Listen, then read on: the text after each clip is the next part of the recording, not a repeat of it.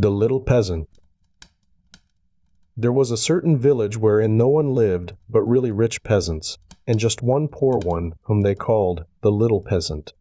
He had not even so much as a cow, and still less money to buy one, and yet he and his wife did so wish to have one. One day he said to her, "Listen, I have a good idea. There is our gossip, the carpenter. He shall make us a wooden calf and paint it brown, so that it looks like any other, and in time it will certainly get big and be a cow." The woman also liked the idea, and their gossip the carpenter cut and planed the calf, and painted it as it ought to be, and made it with its head hanging down as if it were eating. Next morning, when the cows were being driven out, the little peasant called the cowherd in and said, "Look, I have a little calf there, but it is still small and has to be carried." The cowherd said, "All right," and took it in his arms and carried it to the pasture and set it among the grass. The little calf always remained standing, like one which was eating, and the cowherd said, "It will soon run by itself, just look how it eats already." At night, when he was going to drive the herd home again, he said to the calf, "If you can stand there and eat your fill, you can also go on your 4 legs. I don't care to drag you home again in my arms." But the little peasant stood at his door and waited for his little calf. And when the cowherd drove the cows through the village, and the calf was missing, he inquired where it was. The cowherd answered, "It is still standing out there eating. It would not stop and come with us." But the little peasant said, "Oh, but I must have my beast back again." Then they went back to the meadow together, but someone had stolen the calf, and it was gone. The cowherd said, "It must have run away." The peasant, however, said, "Don't tell me that," and led the cowherd before the mayor, who for his carelessness condemned him to give the peasant a cow for the calf which had run away. And now the little peasant and his wife had the cow, for which they had so long wished, and they were heartily glad, but they had no food for it, and could give it nothing to eat, so it soon had to be killed. They salted the flesh, and the peasant went into the town and wanted to sell the skin there, so that he might buy a new calf with the proceeds. On the way he passed by a mill, and there sat a raven with broken wings, and out of pity he took him and wrapped him in the skin. But as the weather grew so bad, and there was a storm of rain and wind, he could go no farther, and turned back to the mill and begged for shelter. The miller's wife was alone in the house, and said to the peasant, "Lay yourself on the straw there," and gave him a slice of bread and cheese. The peasant ate it, and lay down with his skin beside him, and the woman thought, "He is tired, and has gone to sleep." In the meantime came the parson. The miller's wife received him well, and said, "My husband is out, so we will have a feast." The peasant listened, and when he heard them talk about feasting, he was vexed that he had been forced to make shift with a slice of bread and cheese. Then the woman served up 4 different things, roast meat, salad, cakes, and wine. Just as they were about to sit down and eat, there was a knocking outside. The woman said, "Oh heavens, it is my husband." She quickly hid the roast meat inside the tiled stove, the wine under the pillow, the salad on the bed, the cakes under it, and the parson in the closet on the porch. Then she opened the door for her husband and said, "Thank heaven you are back again. There is such a storm, it looks as if the world were coming to an end." The miller saw the peasant lying on the straw and asked, "What is that fellow doing there?"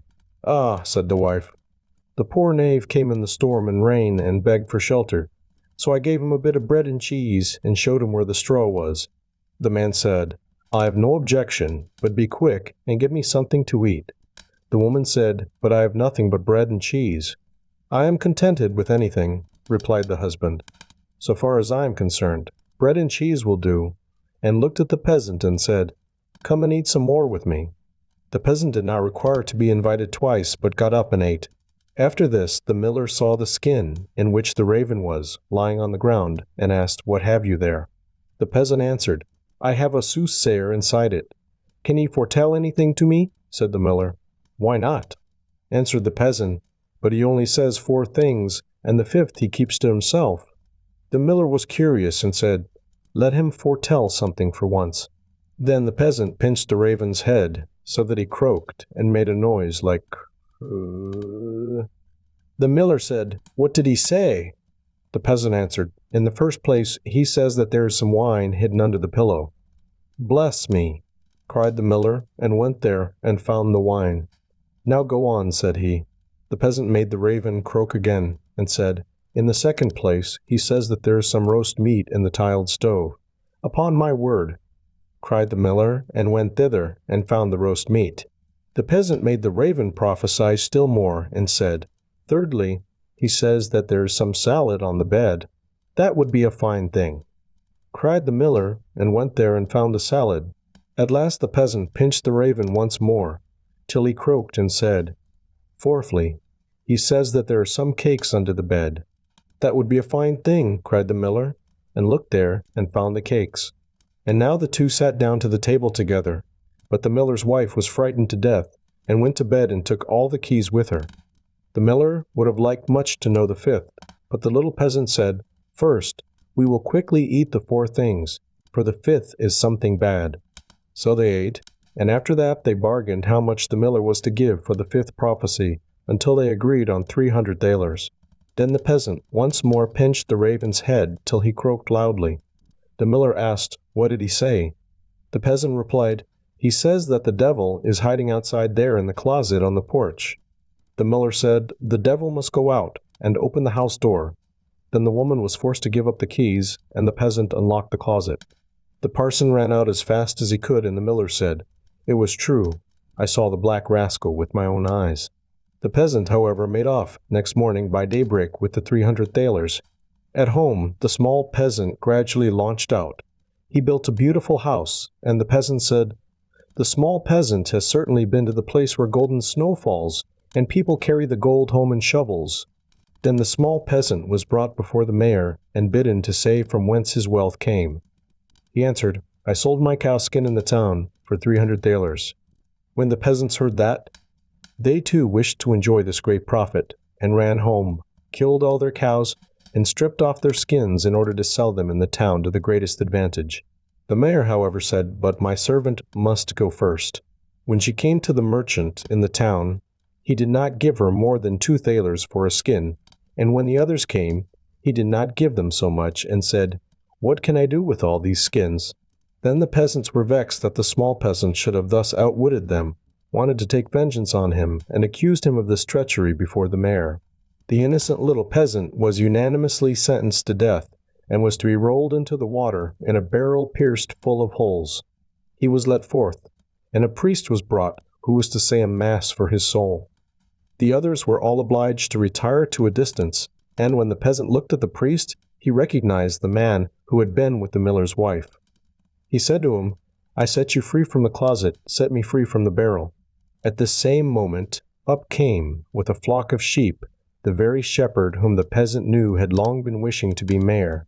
So he cried with all his might, "No, I will not do it. If the whole world insists on it, I will not do it."